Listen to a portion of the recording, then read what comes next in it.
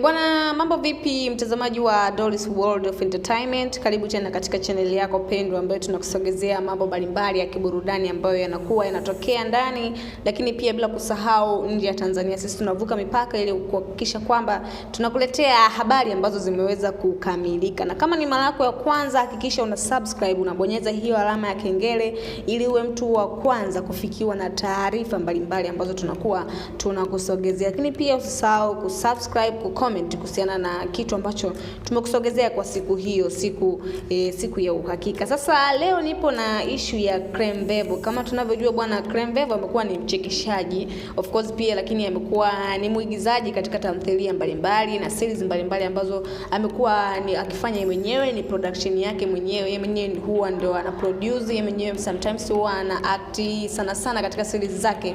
Amekuwa act kama main character.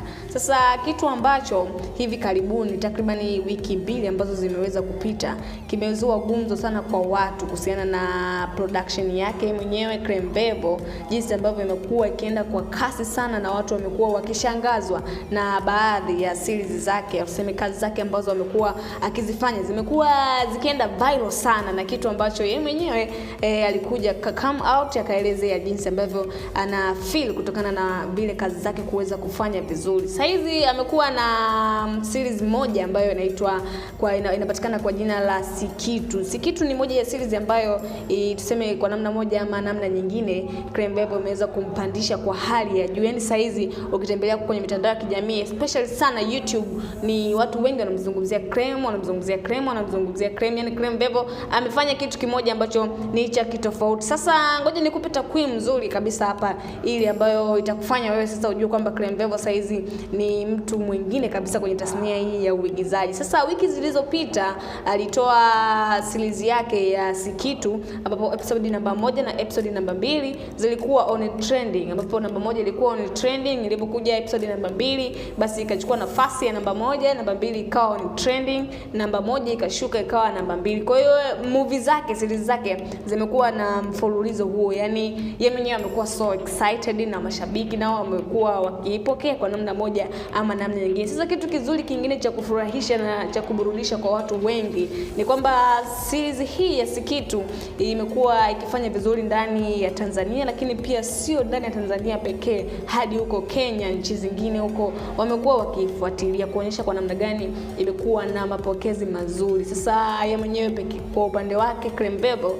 amejaribu kuzungumzia kwamba ni kitu ambacho ni cha furaha kwa upande wake, ni series ambayo hakutegemea kama ingeweza kumpatia matokeo mazuri ya namna hii. Lakini pia kwa upande wa wadau wakaja kwa comment kwamba sio series tu ya Sikitu ambayo imefanya vizuri na ambayo imewahi kufanya vizuri, lakini pia kuna series zingine ambazo yeye mwenyewe Kremvevo ameshazifanya, kama My Daughter iliweza kufanya vizuri sana, series ambayo ilikuwa ni nzuri of course na watu wengi waliipenda. Sasa hizi tupo kwenye ni masaa 21 tangu ambayo yameweza kupita tangu pale ambapo aliweka na series ya Sikitu episode namba 8 ni muendelezo. Sasa kuna kitu mimi ambacho kimenifurahisha kwa upande wangu, lakini pia kimeniburudisha kuona vile jinsi the way Kremvevo alivyoweza kuisuka story. Yani imekaa mahali pake. Yani story inaonyesha mtiririko na muendelezo ambao unafaa. Sasa mimi mwenyewe huwa nimekaa nikifikiria kwamba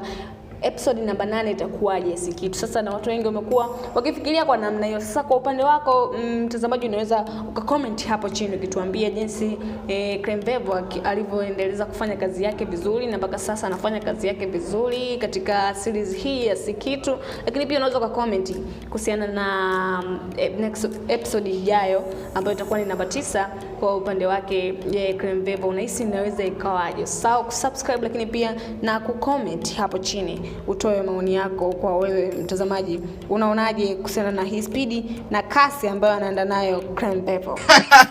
Bwana, hii haijawahi kutokea katika series zangu zote ambazo nimewahi kucheza.